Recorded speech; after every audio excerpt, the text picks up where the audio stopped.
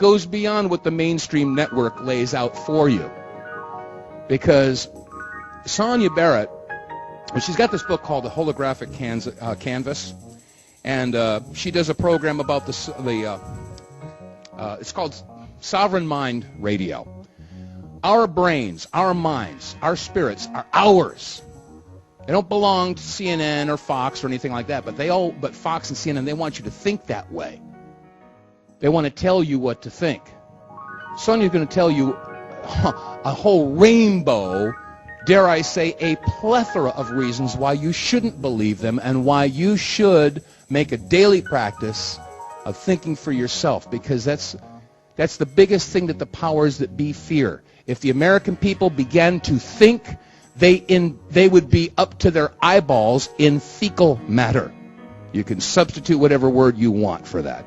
So ladies and gentlemen, open your minds, open your hearts, and clap your hands for Sonia Barrett.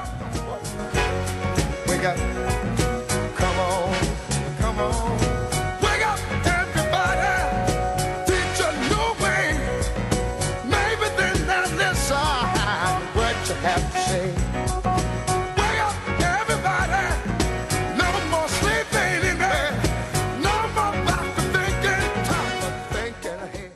Well, hello. I guess I can be heard, huh? All right, well, I want to thank you all for taking the time to be here, to listen to whatever I'm going to say. Now, some of what I say obviously is going to be somewhat different. You're used to hearing something different because that's why you're here. But just keep in mind that if nothing else, investigate everything that I've said. At least think about it. Because it's really important that we start to move outside of the box and really begin to examine deeply. We tend to be a society that operates based on fear. And what I'm here to do is to say that there are other options, because this is what runs the system, is fear. It requires your fear in order for any of this to continue to exist. So I'm going to give you a little bit of information on me in terms of how I got started on any of this. Originally, well, being curious from, I'm going to say from birth. And then, of course, growing up in the church, there was, all of that experience for me. I always had questions that were never answered in church. And so my questions sort of remained there with me, not expressing them to anybody since I was a child. But then as I got older, I started to think about things even more. Left it alone as a teenager, and I went through a divorce after a very intense marriage, now a single mother with 2 children to raise. And because of my experiences in my life, I felt it necessary to understand why I was here and what here meant. What did that even mean, being here on the planet, or just existing, period?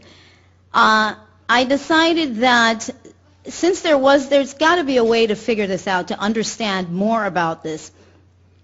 So one of the things I did take my Bible, because you always hear, read your Bible. And I thought, well, what does that mean, read your Bible? I decided that, one, I didn't want the information from another human being. But I decided I was going to look at the Bible again just to see if there's anything I missed. So I did that, and then I set it aside. One character in the Bible, the main character, struck a chord with me, and it doesn't matter whether we think the character of Jesus existed or not. But I figured there's got to be some truth to this. If this individual could do all of these things, then why can't I? I mean, that was my bold feeling about it. So I decided to set the Bible down, and I didn't read any books. I decided that there would be a way for me to understand this without getting it from another human being. I didn't know how to meditate. I didn't know any of that. I never went to a workshop. I didn't go to a lecture. I didn't even know that there were people out there that were thinking in the manner in which I was. So what I did was I found a way to diligently go at trying to figure out meditating. And over a period of time, I managed to pierce what I call a veil of realizing that it was possible for me to explore a space beyond what we call reality. And I realized that every human being was capable of understanding and knowing more about your purpose here. With that said, I started to get information on science, things that I didn't even understand. I would just write the stuff down. Anyway, I moved forward, and this is how the book came about. It took 10 years to write that book because I had to grow as this book was being written. I would have to experience things, and I also had to let go of my illusions, because that's what we have. We have a lot of illusions and programs, which is what I'm going to talk about, is the programming of humanity. So anyway, this search led me into understanding that spirituality, there was no way I could figure it out, I could understand it without exploring the systems of control, which I realized were then government, corporations, education, religion, and spiritual gurus.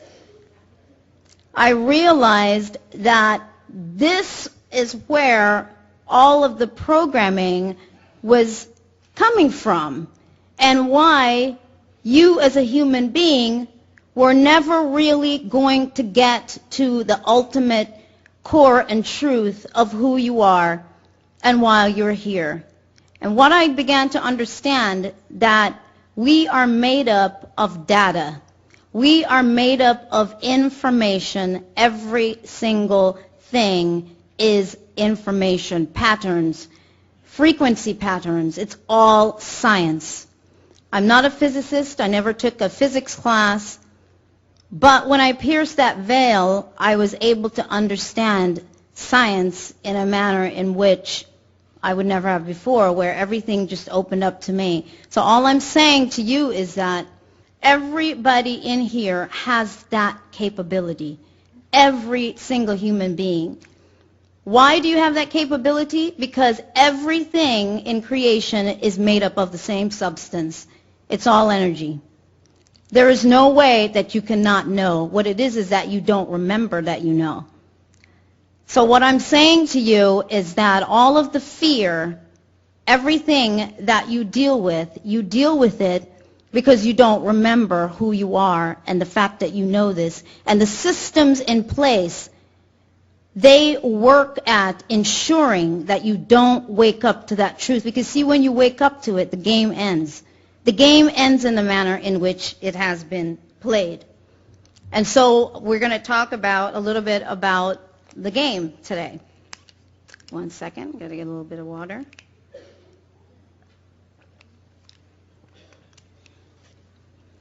Okay, so now I've said so many times that this is a cosmic game. Some people say, well, what do you mean by that? You betcha. You are in a game. You are in a virtual game. It is holographic. I am not saying anything that's a fantasy. You go and you check science for yourself. You start to realize that scientists are understanding more about the nature of reality. And it is a giant holographic existence. It's very important to come to the realization that you are in a game. The cosmic game is huge. The cosmic game is simply creation at the core of itself, trying to see all that it could potentially be. Whatever you cannot imagine or see what that is, what I'm saying, creation, because it's you can't fathom it. It's just unlimited. But it is trying to understand all of the possibilities that it could be, could exist as, and this is simply just one aspect of the game. What you are experiencing as a human being is just one minute aspect of the concept of a game. And in that game, you are understanding what it is to be a human being with all of the possibilities that could exist. If that did not occur, there would be no point to being here, for anything to exist. It has to explore all of the possibilities. Otherwise, everything would fold up and not exist. So first and foremost, recognizing that we are in a game. Let's see. Okay, so these are the systems in place, which I neglected to put that up before, because when I get talking sometimes I get caught up in it because I get very excited about giving the information to those who are in that mode of wanting to move into something much deeper. It's the only way to transcend this level of the game of limitation. This aspect of the game is based on limitations. It's based on you not remembering who you are, because that is the only way that this level of the experience can be played out. If you remembered everything about who you are, you wouldn't be here. There'd be no reason to be here because you already know. But the way the game is set up, you come in and you experience, and as you go through these different experiences, there's an opportunity for every human being, even though collectively, yes, on a one level we are one, but that one that exists had to create the illusion of individuality. And so you, as an individual, has an opportunity to begin to explore that and then take the game to a much higher level. It is for this reason that we are drawn to superheroes and comic book characters with superhuman abilities, because those are natural abilities for all human beings. The difference is because we are living in the limited state, so we don't remember that. But yet we are drawn to it because something inside of us tells us that we are more. Now, let me see. Now, this I threw in as an aspect of the game because the game involves any and everything, what we call good, bad, and indifferent. It's everything. It's people dancing, it's a riot going on. It's just different aspects of it. A tug of war is really what it is. A chess game is really what it is. People laughing, that's all part of the game. It's all part of it. The question is, do you choose to continue to be a pawn? You're a player and a pawn. It's a paradox. The whole thing is just a big paradox because you are teacher and student, you are player and pawn, but you need to now be a conscious game player. You want to be conscious of playing the game so you can decide how you are going to play that game and realize that you do not have to continue to exist and operate from the level that you've been operating in. You are an amazing being.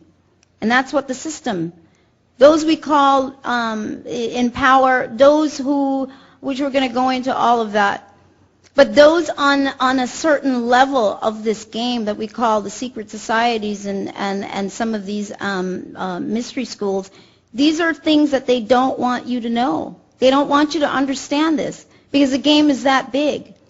It's very big. It's outside of here, but right now we just need to focus on here, down here, to figure out how you're going to move beyond this. but it's a very huge game. From religion, government, the programming of our children, it starts there. The programming continues into, or should I say, with your families. There's ancestral programming that's in your genetics. You come in with these programs. And then there's a programming that you are given by your parents, and will go into the systems in place with those programs. But I also want to say that we talk about the matrix.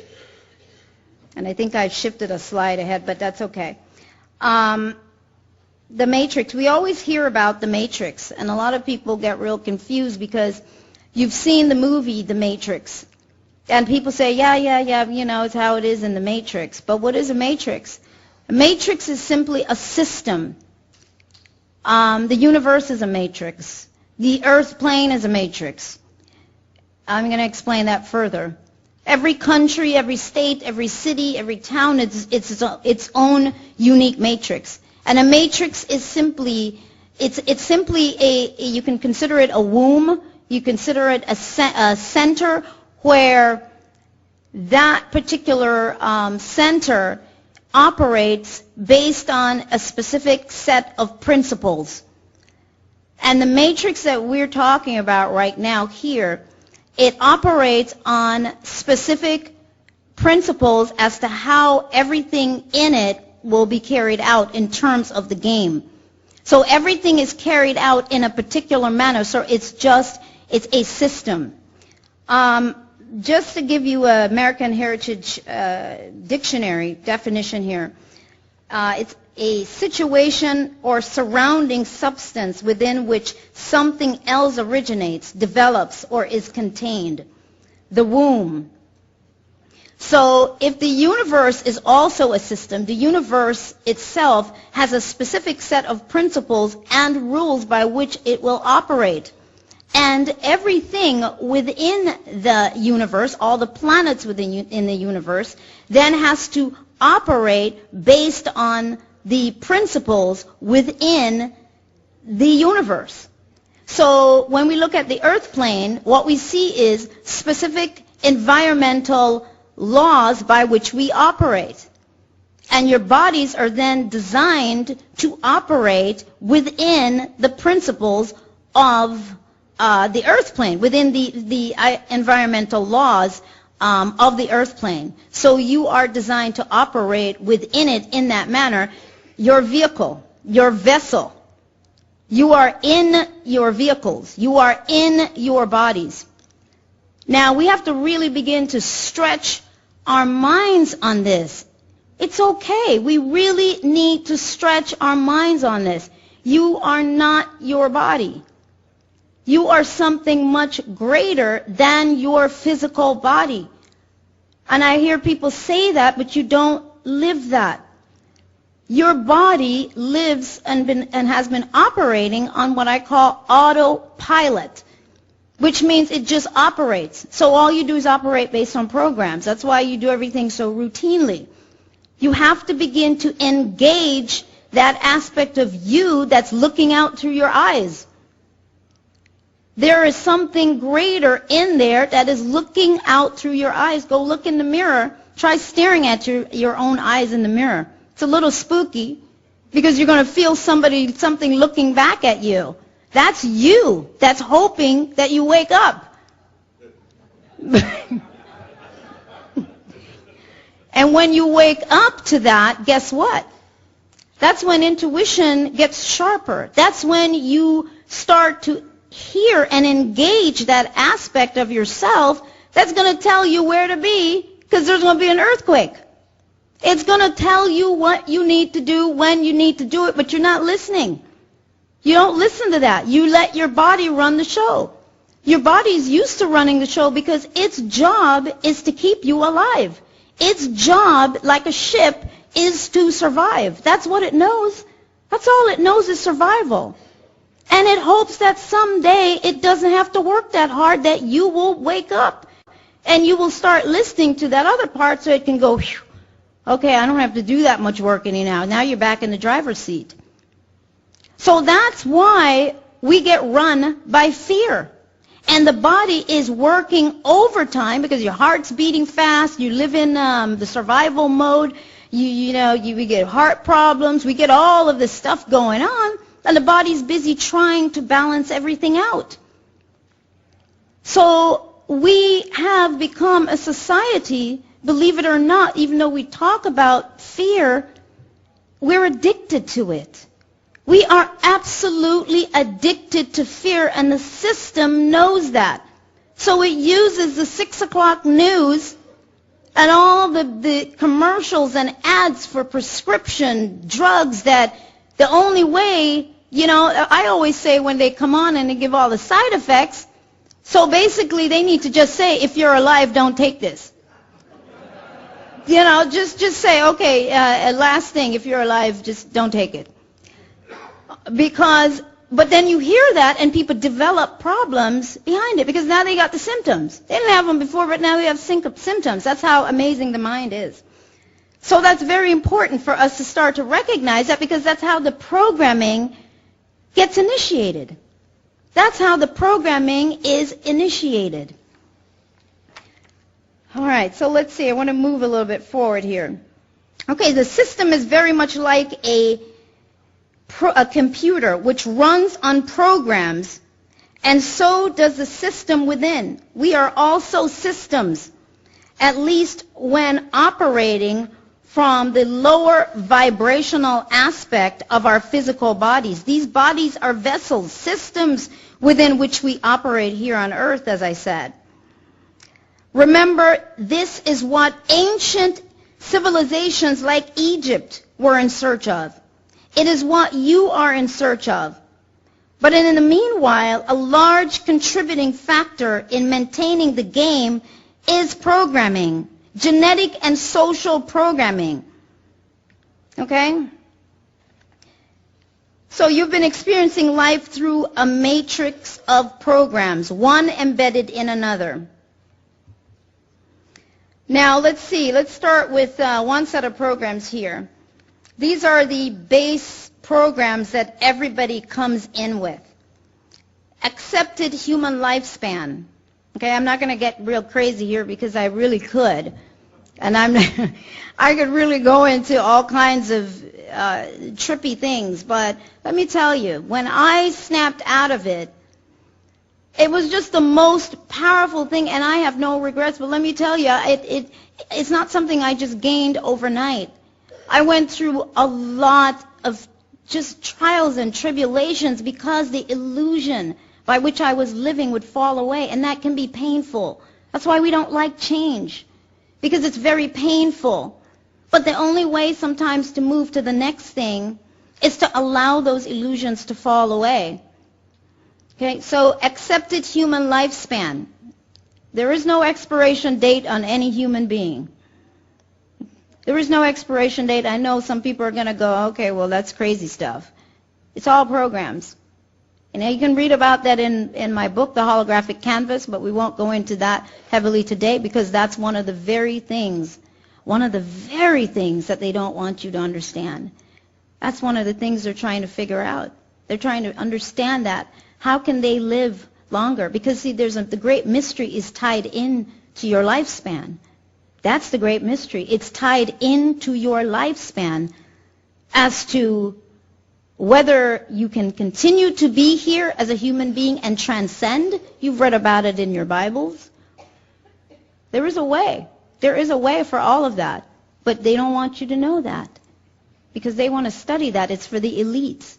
And if we keep everybody dumbed down and give them packaged concepts of religion, then you live by those packages and you live in fear and you never explore the possibility of who you are and what you can be. The second one is the general gravitational limitations. Okay, you're saying, well, you can't defy the laws of physics. I say we can. I say we can. I'm just throwing all this stuff out at you. You take it and you do with it what you want to. And the only way that I say to people that I can get up and do any of this is because I had to get to a space where I didn't really care who thought I was crazy or if you like me or not like me. I understand now And I'm sharing it with a lot of people who did say that they want to understand that too. But the general gravitational limitations, destiny and fate, believing, just destiny and faith, unable to see beyond the physical, limited brain access. You use a small amount of your brain. The full aspect of your brain is actually functioning, but you're only aware of one tiny part of it that's operating. And I want to throw something else in here. Science tells you that we do not see with our eyes. We see with our brain. Do not see anything with our eyes. Our eyes only act as a lens. Our eyes, the brain, it picks up the frequency patterns of images, light images, color, light, sound, and all of that gets translated. And it's sent back through the cones, through the optic nerve, and then projected back out through the cones and rods in your eyes and creates the image before us. You before me and I before you, all a projection. It's all science. A sense of impossibility in going beyond the general programs of this reality. You feel that it is impossible to go beyond what you've been taught is the norm. Human beings can do amazing things, amazing things. The physical construct of reality. Everything in our material world is already hardwired into the brain's library of acceptabilities. That's why everything is based on your perception. Because you have a library. The brain holds a library of those things that you can accept as a possibility. We know what a tree looks like. We know what a chair looks like. Only because we have a library, an expansive library over time that the brain has collected as possibilities, as acceptabilities, and then that becomes part of our genetic structure, and it's passed on to one generation to the next of acceptabilities. So you get a few people that can see certain things that are outside of the norm. Some people can see spirits, some people just different things. Well, for everybody, it's not the norm because it's not really part of the brain's library. Now, that's a very significant thing because what you need to do to take yourself off of the programs of just the things of acceptabilities, you have to now move into expanding your perception. When you expand your perception, it means that you do not put a lid on what the possibilities are. You do not put a lid on what creation can be. Right now, most people have a lid on it. You can't contain it. Creation could be, you cannot even try to figure what it could be. So how can you limit it to what another human being has told you that it could be? That's very important to understand because when you start getting that, you take that lid off and you say, I am ready to understand and to see beyond what I have been seeing. And when you do that, the brain starts to engage you more. You start to use or be aware of other aspects of the brain being utilized, being used, and it opens other pathways. It's through the brain. You create what they call new neural pathways instead of the habitual existence that we have, routine. Everything is routine. You create these new neural pathways and it just becomes amazingly expansive, and that's when you start to see beyond this timeline. But you can't see beyond this timeline now because you're so hardwired into this that you can only figure that this is what creation could be. This is just a minute aspect of you as a human being. It's just this tiny, tiny, minuscule experience that you think is your forever. It is not. You are not even here all the time. Science will tell you, everything is wave and particle form. I'm looking at you and we seem to be seeing each other consistently, but we are not. We appear and disappear. We appear and disappear. That's science. Everything is appearing and disappearing. Just like you breathe in, you breathe out, everything is operating in a pulsation, rhythmic process. All of those things are very important to understand that there's a great science at work. If you want freedom, freedom is only going to come from in here. There's nothing out there. That's the illusion. It's only going to come from within. Regardless of what it is, we talk about the government, we talk about corporations, all of those systems are the game, and they exist to limit you and to make you think that they are all powerful and that they can hold you down. And they do when you engage in it, which we're going to talk about also, how that is possible, why that works. And, of course, the survival program, which we won't have enough time to deal with that, going into the survival program and how the body's hardwired with that, but very, very important factor. Let's see. A program, first of all, is like a recipe. It contains a list of ingredients and a list of directions that tell the computer what to do with the variables. The variables can represent numeric data, text, or graphical images. The body is like a computer system. That's how we design the things that we design.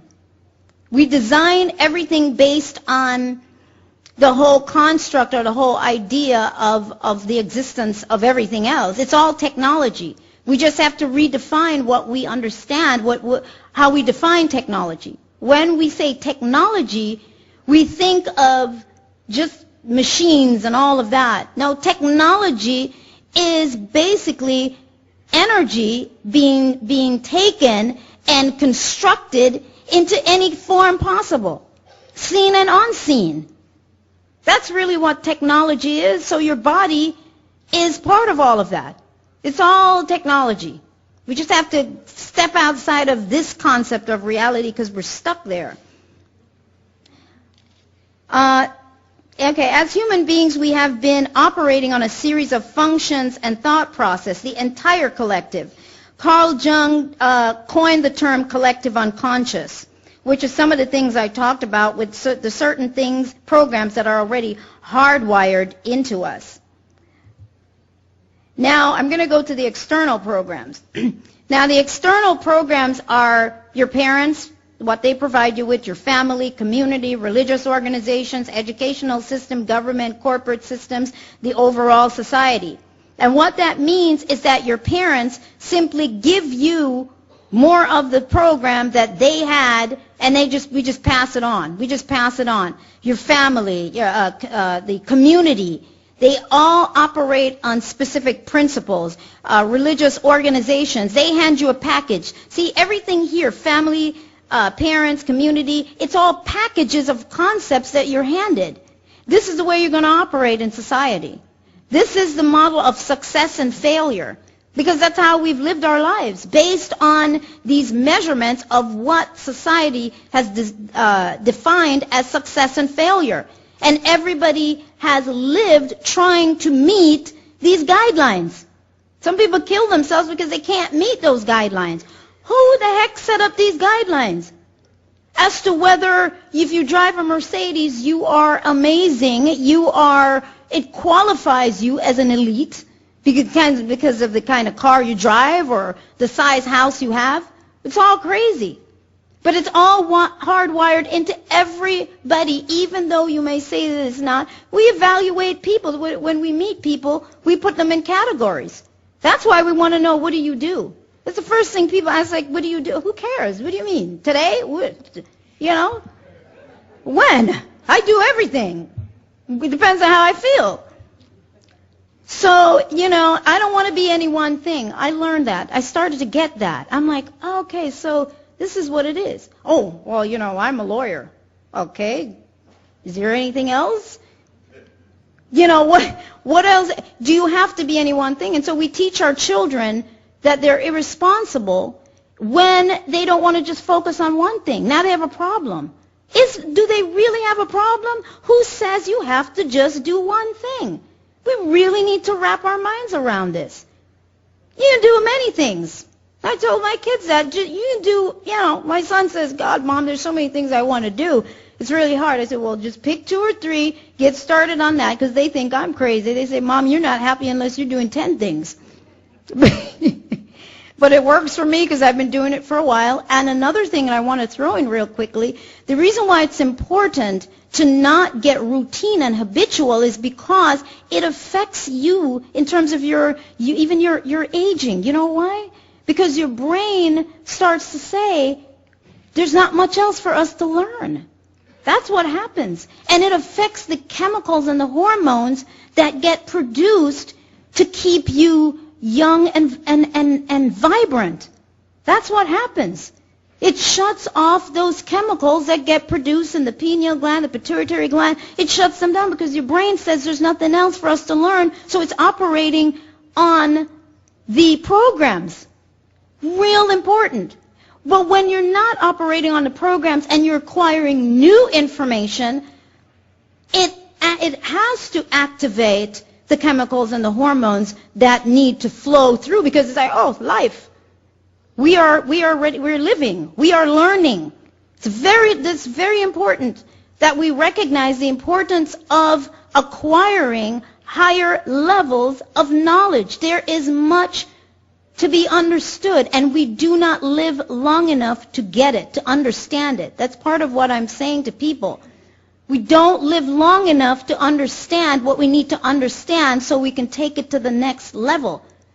You complain about the government and the systems. This is what they don't want you to get. I'm talking about the people who are at the root. I'm not just talking the people that you see, what do you call them, the senators and all those people. I'm talking about those who control. We talk about Tavistock a little bit and some of those other systems. Tavistock Institute is, by the way, I'm not sure how familiar most people are with those institutions. Let's see, where are we? Oh, there we are. Okay, I call these the investigators. And the reason why I call them the investigators is because they check you out. They check out how you work, how your body works, how your brain works, how your mind works. This is how all the mind control happens. Because anybody who is just so out of touch, it just be really easy for mind control to occur. That's why I'm saying you've got to get off the programs. You've got to examine your life and see where you are. Is it just fear that I'm engaging in? Is it just a bunch of programs? Because I don't care what anybody says. When you understand a certain level, they know how the game works. They cannot affect you. You're let out of the game in that sense. You're never let out of the game completely, which I'll explain that as well. But there's a point there because this is all based on consciousness. This is all based on frequencies. This is all based on vibration, the vibration of your consciousness. There's a measurement here. We're dealing with electromagnetic energy and what that means. There's Tavistock Institute. Let's see. I want to explore that a little bit. Tavistock Institute, I won't read a lot of it, but was founded in London in 1946 with the aid of a grant from the Rockefeller Foundation, set up for the specific purpose of actively reflecting the psychological and social sciences to the needs and concerns of society. The circumstances of World War II brought together an unusually talented group of psychiatrists, clinical and social psychologists, and anthropologists in the setting of the British Army, where they developed a number of radical innovations in social psychiatry and applied social science. Now, I'm not going to go too far because we don't have too much time, but Tavistock Institute is a major player. How many people out here are familiar with Tavistock Institute? They're major players. You need to check into them. All those things, eugenics, all that stuff is all tied into them. And they decide, the sad part is that they're all tied into all the healthcare screenings, all the stuff that they say they're doing for you. No, it's all study. It's all study. And you really need to understand that. Don't buy into all of that. It's very easy for you to engage in it because they make promises that sound good. And that's all that it is. It sounds good, but it's really just all about studying more about how you function and what medications they can give you. What can they do? How can they create a more evolved version of a dumbed-down human being? And Edward Bernays, how many people are familiar with Edward Bernays? Okay, just a few more people should, because he has really been considered the father of public relations. It's why we have a nation of consumers just buy stuff, because that's what they did. They programmed and conditioned and found a way to get everybody all hooked in to this buying. If we understand the mechanism and motives of the group mind, it is now possible to control and regiment the masses according to our will without them knowing. That's what he said. That's what he said. That's so beautiful. The conscious and intelligent manipulation of the organized habits and opinions of the masses is an important element in democratic society. Those who manipulate this unseen mechanism of society constitute an invisible government, which is the true ruling power of our country. We are governed, our minds are molded, our tastes formed, our ideas suggested, largely by men we have never heard of. That's what I'm talking about. It's not the people you hear about. It's the people you don't know about. That's where all the power always lies. It's not on all these people you keep talking about. It's the other people. It's the people you don't know who they are. You don't know who they, we talk about they. Who are they? And then we've got Skinner. Okay, everybody here familiar with Skinner? Okay, so what we've got here is I've got the Borg and I've got all the, because that's what they're creating. That's what they're creating. I mean, we can't go into the man-merger machine thing going on, but that's going on. But you're going to love it because it's going to be convenient, and it's going to be like going out and buying a vacuum cleaner. It's going to be the same thing. It's gradualism. People gradually move into it because, well, it's more convenient. And it sounded like a joke when we talk about people marrying robots in a time to come. Sounds like a joke now, but you know what? They will. Because they won't, they can program them to, not talk back. So it's going to get a little boring because I kind of like, little, challenge there. But all of these things, so we have to see how gradualism works, though. Why we move into the things that we move into so easily is because it's gradually done. These guys are amazing. They've been at this for a long time. Okay, so Skinner. Charlotte Iserbyt, I don't know if anybody's familiar. I love her. She was the ex-senior policy advisor for the Department of Education during the Reagan era. I have a couple of her interviews out there. Amazing woman, and she was a whistleblower. So she blew the lid on a great many things that were being planned for the educational system. And what we see today is a result of that. What we call education is not the same. I don't care if you have a college degree. You have to realize that all these big wigs changed the whole concept of education, the school books, everything in the college arena. All of those things have been changed. So you get an education, but it's not the same anymore. It's all a programmed group mind concept. And they've taken the concept of the one mind, which New Age would talk about that, but that whole thing about one mind, they've turned it into something different where now it's a group mind. People can hardly think as individuals. They're not really taught that anymore.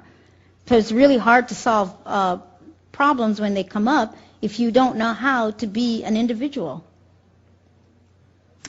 So I'm going to read quickly an excerpt from Charlotte. Let's see. The Soviet man. She talked about that, the Soviet man education, real quickly here. Gosh, I hope I can see it. Okay, this was in the 70s. Behavior modification. She said, well, behavior modification, what they're trying to do is strip the individual of their personality. They consider that the individual is an animal. That's where you start. You really could start with Wilhelm Wundt, in Germany, in the late 1800s. His laboratory there and Pavlov studied under Wundt. A lot of people thought all the psychologists studied under Pavlov, but Wundt is very interesting. He figured out pretty quickly that psychology, it's the study of the soul. Well, in all of his experiments, he wanted to change people, and he couldn't do it. It's very hard to change the soul. The soul sort of floats around and escapes your grip. So he changed the whole system to human beings are animals, and they are to be trained, not educated, to be trained. And they do that through stimulus response. It actually works on the nervous system versus the soul and the brain. Behavior modification conditioning bypasses the brain, and they had to figure out different techniques to bring this all about. Now notice she talked about through stimulus response. Stimulus response. What do we hear that word a lot? What do we hear it with? The stimulus package. Why was it called the stimulus package? I've often wondered that. Why was it called the stimulus package? They don't name or do anything just because. Okay, we talk about the nervous system, which we don't have time to go into that today, but again, I'm telling you, it's all science. The words that are used, it triggers something in you. And stimulus, when you think of stimulus, it conjures up all kinds of other concepts. So you're constantly being stimulated by the thought of this stimulus package.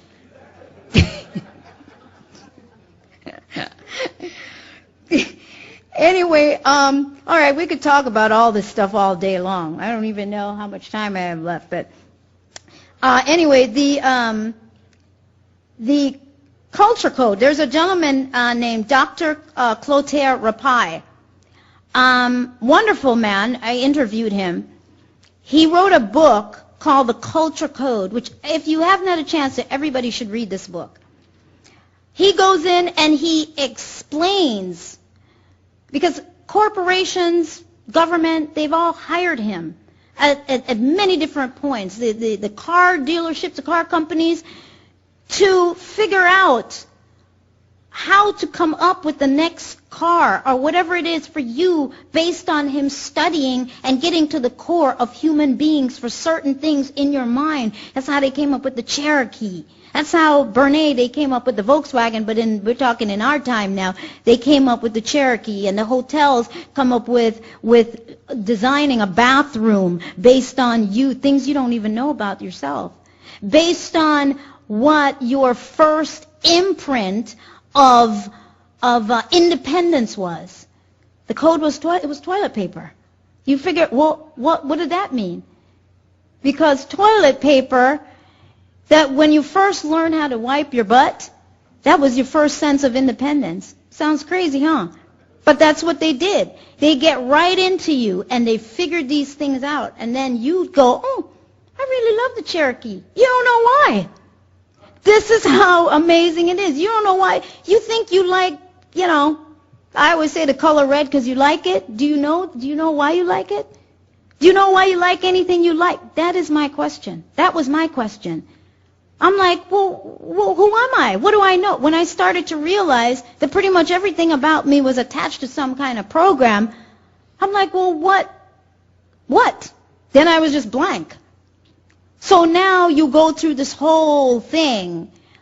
Do you ever get rid of all the programs? That's a good question. But the main thing is to wake up to the realization that you've been operating on programs. And then you take it from there. And I wish we had more to really go into some in-depth. I have a lecture that I did. It was 5 hours on programming also that is there. Let's see. I've got to race through it here. Okay, so mass mind control, which you see there. Okay, so get out the box. That's all I have to say right there. It speaks for itself. Get out the box. You want to find freedom? Don't play around. Go ahead and explore. Don't just take a little bit here. Okay, well, I'm just going to. No. You're being comfortable, and you're not going to figure out anything just by saying you're going to just look at this. How are you going to see? That's attached to something else. Everything you touch is attached to something. What's the core of it? It's like a disease. You know, when they say they're going to fix this over here, I say, I don't do the doctor thing. I haven't in years. I trust myself more than anything else to take care of me, and I raise my kids like that. But you have to come into that space. But they fix one little thing over there, and then that's supposed to be gone, and then the rest of the body breaks out because they never got to the core. They never got to the root of what started the problem in the first place. Is there a possibility to get to the root of anything? But by the end of this, I'm going to make sure in the end you see to some degree, you know, where that root is, or at least where to begin. It's endless. Anyway, so mind control plus mind control parasites, can't get into that either, but believe it or not, they can use parasites, yes, to control a population. You know, we have a lot of parasites here with a lot of the food and stuff being exported. Yes, it's coming in on that. But understand the devious nature, the deviousness of all of that. Parasites do get in your system, and they do control. They do. They integrate with you, and that's how they know what you're thinking. They'll make you crave sweets. They'll make you do all kinds of stuff. They're very intelligent. Remember that everything is looking to exist. Everything is looking to experience life. And your body is a universe to something like a parasite, or to something tiny, microscopic. And within that microscopic,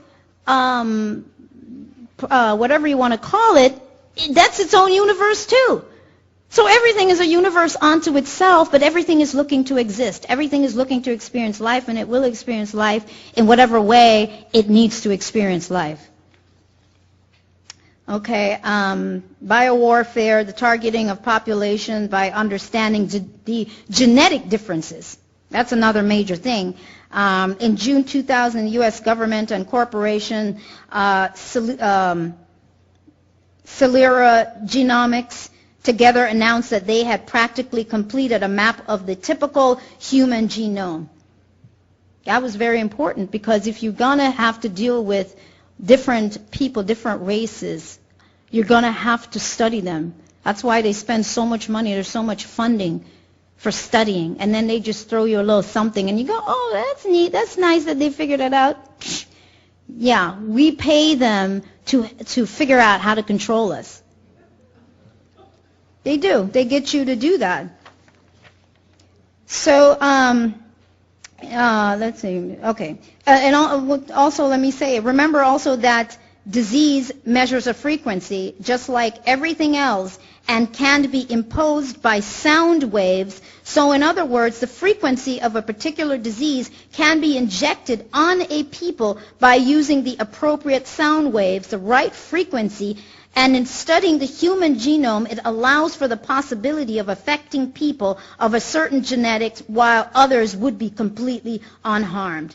Now, doesn't all of this sound like a video game? It's a big, giant virtual game that you're in. And I'm not telling you this for you to be in fear. Nothing you hear at this conference in the next couple of days should be about fear. But if you can keep in mind, you're in a game. How do I want to play this? Okay, I'm hearing what's going on. There's a lot of different aspects going on. What do I want to do? Okay, so out of the box.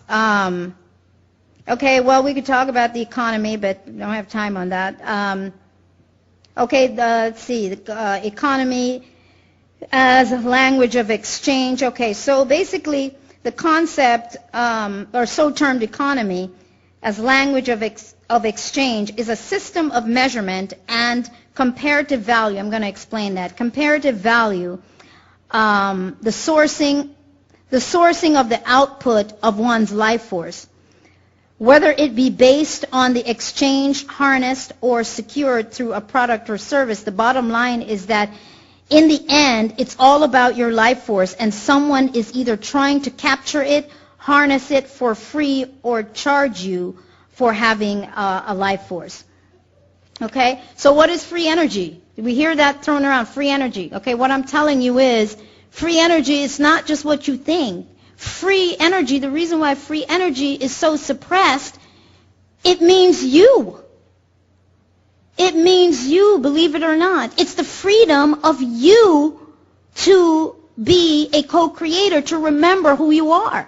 That's the suppression. That's the real suppression of energy. When we talk about free energy, we just think it's just the suppression of the use of natural resources. You are a natural resource. The only difference is they use our life force to go to these jobs and to wear you out, basically is what it is. And we can go through a whole process of that, but the life force that comes from you, that's what they pay you for. They pay you for the energy you expel from yourself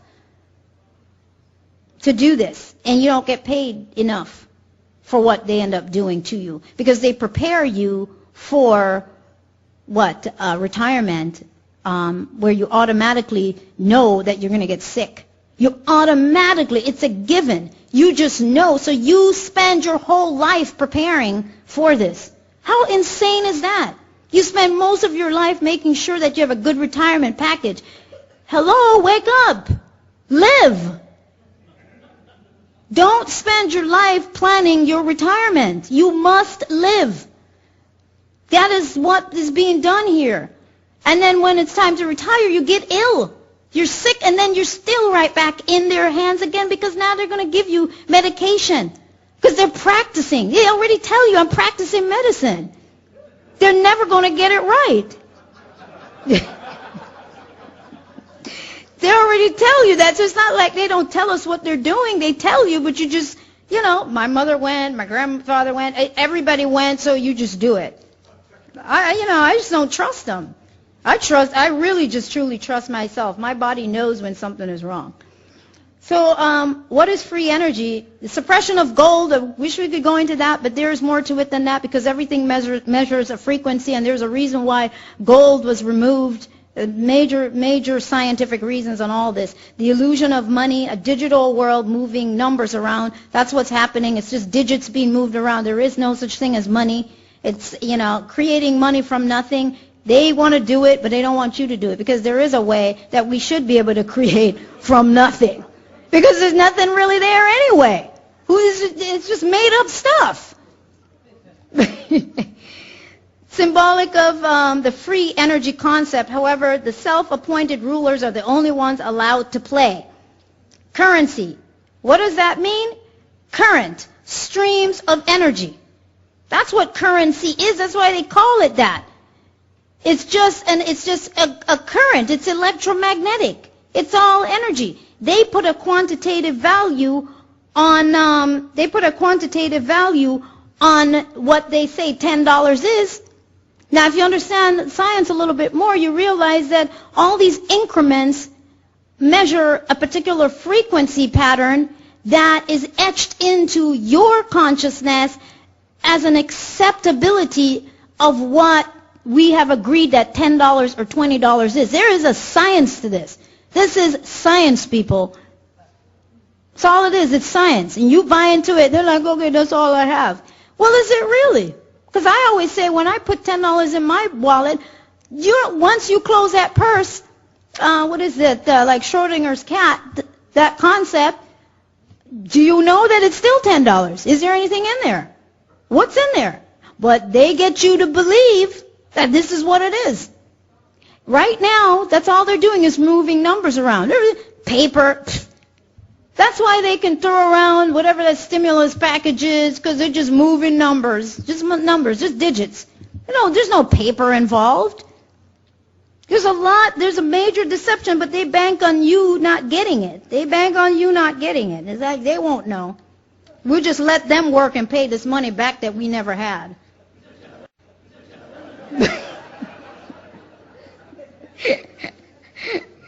It's the same thing they do with those mortgages. You know that.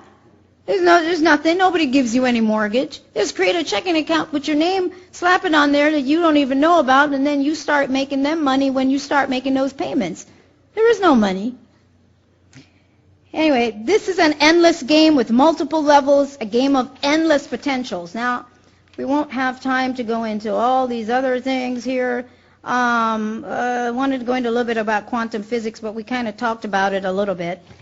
I want to get into this.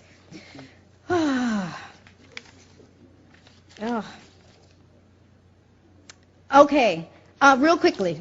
I'm going to throw in this piece real quick about physics here. David Bohm, I don't know if you guys are familiar, came along from the University of London. This was an experiment that was done and understood in reference to particles. I'm going to have to go back a little bit.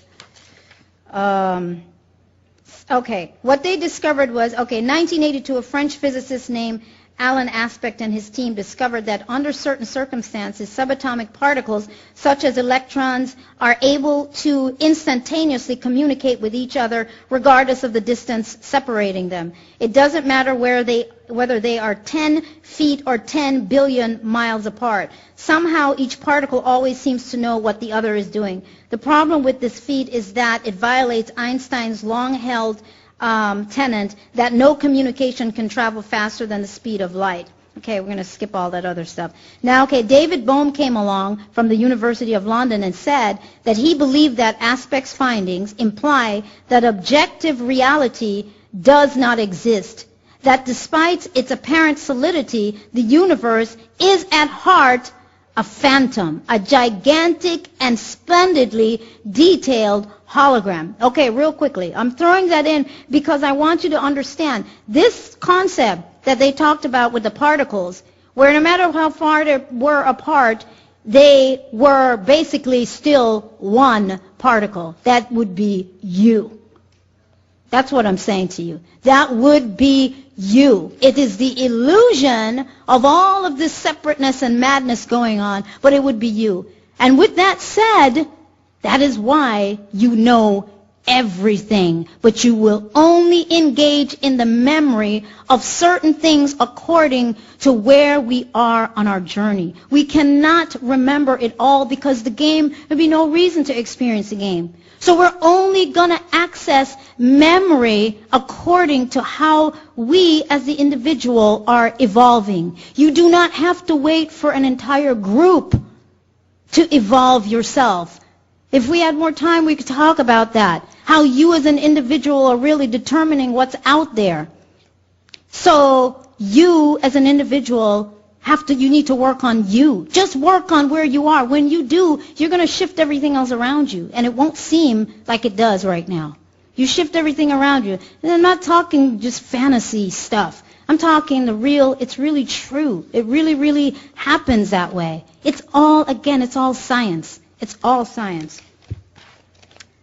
Okay, can't get into that. Okay, I'm going to get into this real quickly. Okay, so this is where I might lose some people, but that's okay. You stayed this far.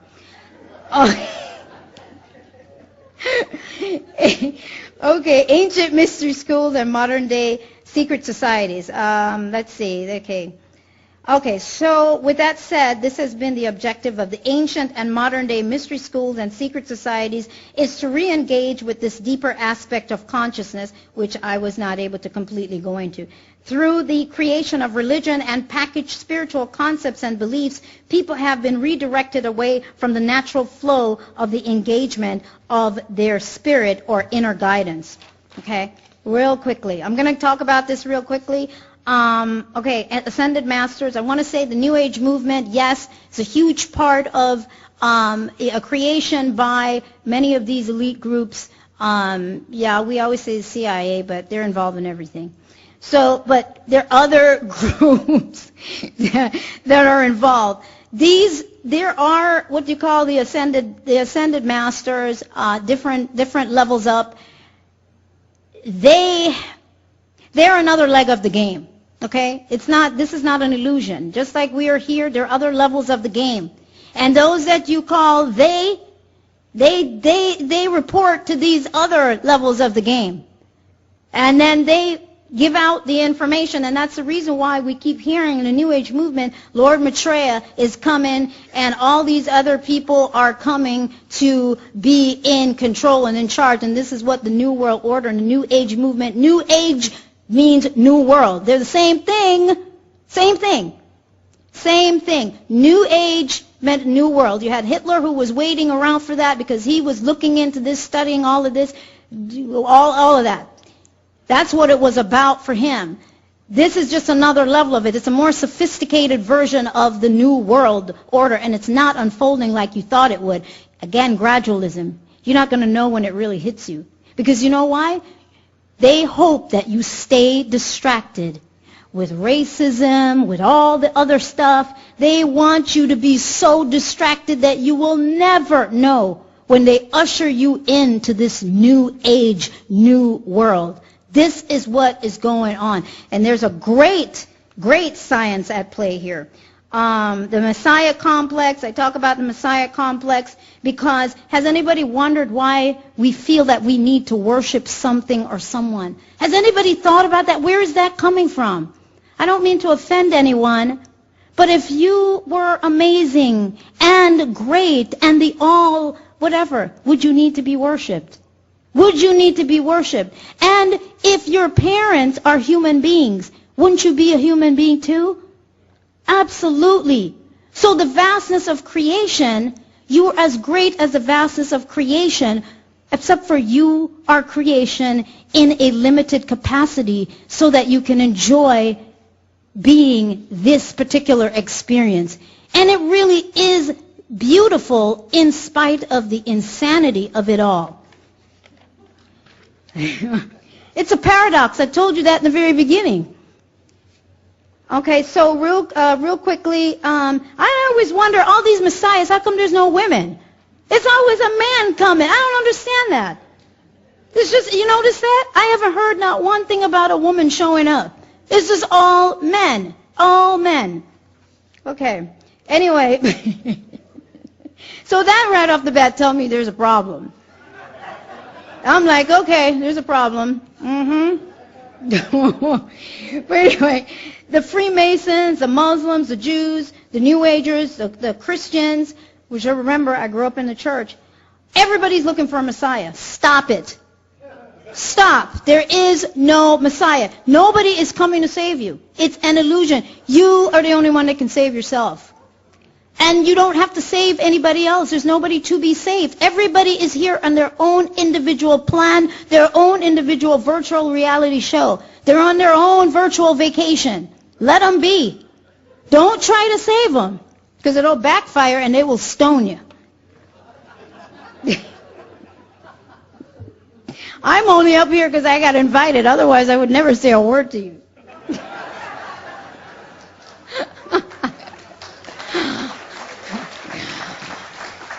I don't infringe on anybody. I know where I'm going, and I know what, I see the game, and I know what it's about, so I leave people alone. Oh, okay. All right, a little bit of time. Okay, okay, let's see, real quickly. Oh, I want to throw this in. You take it for what it's worth. Interestingly enough, Mark Twain wrote a book that was never published, never finished, I should say, called The Mysterious Stranger. Anybody familiar? Called The Mysterious Stranger. And in The Mysterious Stranger, he refers to the stranger as number 44. Number 44, according to Mark Twain, represents a young Satan. Anybody with me? Anyway, it represents a young Satan. And I thought that was really, really interesting, and I'm going to tell you real quickly why I thought it was interesting. I have seen, and I'm not calling this person Satan, I've seen the images of our new president, lots of halos. Has anybody seen that? Lots of halos. and the pin glistening, lots of all that stuff going on. Number 44. Okay. Now, the other aspect of this is, even as a Superman, we've got all of that stuff. It's supposed to be light bearer. Anyway, let's see, including their desire for spiritual enlightenment. Okay, other thing real quickly. The term light workers, light bearers, Illuminati, let's see, waiting for a Messiah. Okay, these are all the people waiting for a Messiah. I've named those. Same light. Light workers, name became common language for New Agers. Light bearer, Illuminati, same thing. There's light. Luciferians, light bearer. Morning star, Jesus, morning star, light bearer. What I'm trying to tell you is this. I'm not condemning anybody here, but what I'm trying to say to you is people are being ushered into something that you have no idea. You think you got all these different messiahs? No. In the end, the way it's been structured is everybody is going after the same messiah. So for me, I was trying to figure out, who are these people talking to? I mean, really, who? We must stop and ask. I asked that as a child. Why must I fear God? I don't understand that. It's supposed to be loving. Why am I having to be afraid? And why would this being want to be worshipped? Okay? Question all of that. There's something else going on here. Don't have time to get into that. Also, the United Nations, when the United Nations gets all involved back in 1999 and had Lord Maitreya's speech given at the United Nations, you want to question that too. That's the reason why United Nations don't seem to do what you think they should do. United Nations talk to seat. It's Society of Enlightenment and Transformation. That's what it's called. There's a lot of stuff going on over there. Lots of stuff. And it's all tied in together because guess what? They're part of the New Age, New Order. And this really, in the end, what they have, how it's set up is they recognize the ushering in of these many, of this Messiah as different offices being occupied. Just like we change presidential seats and we change the cabinet, it's the same thing. Our corporate structure is set up on the same principle. There's one concept, one formula, and it's set up on the same principle. And we must recognize that. So when they are talking about Lord Maitreya coming, you know what they're actually talking about? You can go research it for yourself. They're looking that there is a Christ. The Christ is considered an office. It's considered an office, and who is going to be the new Christ for earth? Who is going to be the new one to oversee that? And it all leads back to light, the light bearer, which is considered to be Lucifer. I'm not saying Lucifer is good or bad. I'm not saying any of that. I'm just saying that that's what it is. That's how it's structured. That's really what it is. It is the ultimate force, the ultimate ruler of the planet. You check your Bible, you check all your stuff. That's what it is. You got it. What you have to do is follow the dots. Trace it. Just go trace everything yourself, and you will see that there's a great plan here. There's a great plan, and you have to decide if you want to be a part of that plan or not. Let's see. Okay, well, you see how they're playing chess game in your head, and, everybody in their robotic position feeling really good, going to work, doing their thing. You got your head on a platter also, and this guy over here is like he's at work. That's how I used to feel when I go to work. But in the end, because I'm having to cut a lot of this short, in the end, what it comes down to is your awakening. Your whole body has to be reactivated. This vehicle, this vessel, has to move into activation once again, and engage in the deeper aspect of who you are beyond the physical life that you live. And it's powerful. And the game you never leave the game. However, you can leave You can transcend out of this limited aspect of the game and begin to move into being a more, what should I say, a more awakened, a more aware, a more evolved consciousness. And all that it means when I'm talking about consciousness is you are acquiring larger aspects of that consciousness, and that's simply awareness. It is self-awareness, being aware of who you are, being aware of self.